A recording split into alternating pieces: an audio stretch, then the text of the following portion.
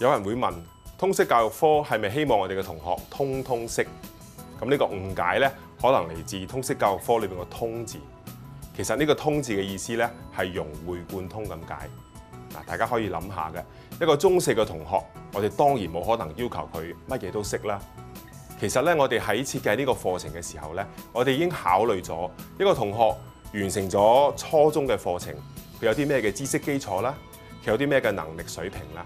我哋喺呢個嘅基礎上邊咧，係希望學生咧能夠進一步擴闊嘅啫。所以咧，呢個課程咧都係有清晰嘅學習範圍同埋焦點嘅，就絕對唔係咧無邊無際、無所不包嘅。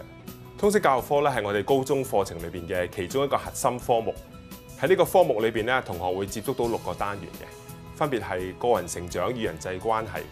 今日香港、現代中國、全球化。另外仲有公共衛生、能源科技與環境。咁喺學習呢啲課題嘅時候咧，